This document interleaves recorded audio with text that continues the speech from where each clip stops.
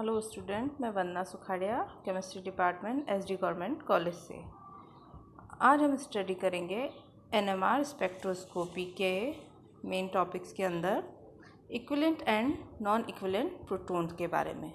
इससे पहले हमने इसके फंडामेंटल्स को कंसिडर किया था कि एनएमआर स्पेक्ट्रोस्कोपी में किस तरह से इलेक्ट्रॉन का एनर्जी का ट्रांजिशन एक एनर्जी लेवल से दूसरे एनर्जी लेवल के बीच में होता है। आज हमारा मेन टॉपिक है इक्विवेलेंट प्रोटॉन और नॉन इक्विवेलेंट प्रोटॉन।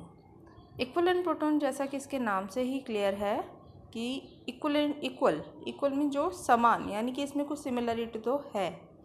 तो इसका डेफिनेशन देखने पर हमें लगता है कि वे प्रोटॉन जिनका वातावरण समरूप या समान होता है उन्हें इक्विवेलेंट प्रोटॉन कहते हैं।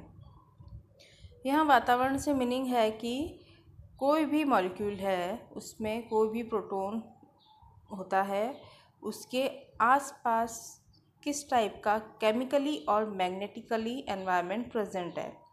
केमिकल इस सेंस में कि किस टाइप के बॉन्ड उसके आसपास प्रेजेंट है, कौन सा दूसरा एलिमेंट उससे डायरेक्टली और इनडायरेक्टली कनेक्टेड है। और मैग्नेटिकली मीन्स कि जैसे कोई भी चार्ज स्पीशीज वही मूव करेगी तो उसमें उसका मैग्नेटिक फील्ड जनरेट होगा।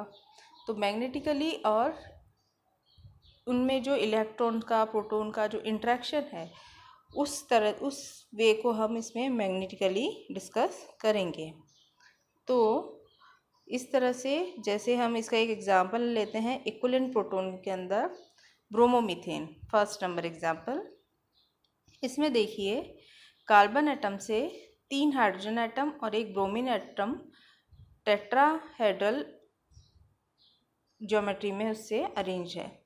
इसमें तीनों hydrogen atom same chemical environment में प्रेजेंट है और मैग्नेटिकल, यानी कि चाहे आप इसका अगर आप ग्रुप थ्योरी को भी कंसिडर करते हो तो किसी भी फेज से आप लो तो तीनों हाइड्रोजन एटम इसमें इक्विवेलेंट है, उनके आसपास सेम टाइप के बॉन्डिंग है। जैसे HA से मेन कार्बन एटम से जुड़ा हुआ है, फिर वह वापस दूसरे H से, तो तीनों हाइड्रोजन एटम सेम है, इसमें कोई भी असमानता नहीं है। और जब इसको हम लेते हैं तो यह सेम टाइप का सिग्नल देते हैं। अब आता है कि वे प्रोटॉन जो chemically and magnetically different environment में रहते हैं उन्हें नॉन इक्विवेलेंट प्रोटॉन कहते हैं। जैसे एग्जाम्पल नंबर 2 एंड 3।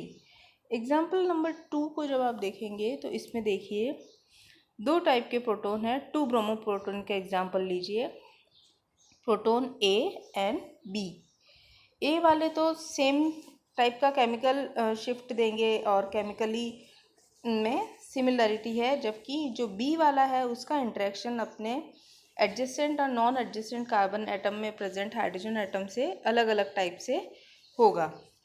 तो इसमें जो आपको सिग्नल मिलेंगे ए के रेफरेंस में एक सिग्नल और बी के रेफरेंस में एक और सिग्नल, यानी 2 सिग्नल इसमें आपको एनएमआर स्पेक्ट्रोस्कोपी में ऑब्टेन होंगे। अब इसी में एग्जांपल है 1 ब्रोमोप्रोटेन। इसमें देखेंगे हम कि इसमें आपको 3 टाइप के प्रोटॉन प्रेजेंट है, A, B एंड C।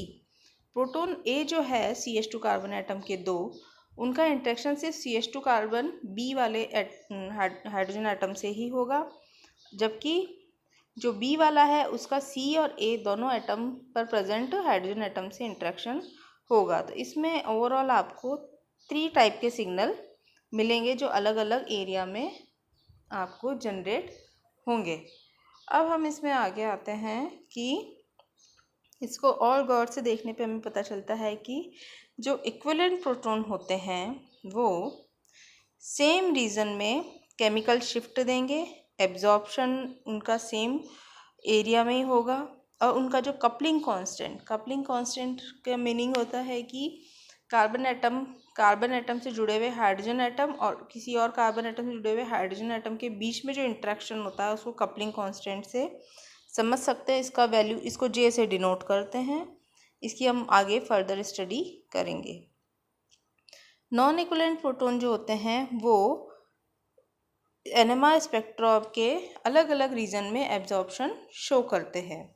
जैसे आप इसमें देखिए कि 2 मेथिल प्रोपीन का एग्जाम्पल है। इसमें proton A and proton B जो हैं वो नॉन केमिकल इक्विवेलेंट प्रोटॉन हैं, यानी कि ये सेम टाइप के एनवायरनमेंट में प्रेजेंट नहीं है।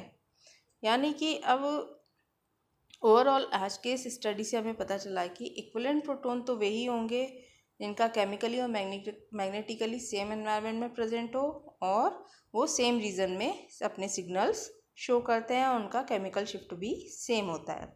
जबकि नॉन इक्विवेलेंट प्रोटॉन वे होते हैं जो एनएमआर स्पेक्ट्रोस्कोपी के स्पेक्ट्रा में डिफरेंट रीजन पे एब्जॉर्प्शन शो करेंगे और उनका कपलिंग कांस्टेंट का वैल्यू भी डिफरेंट होगा।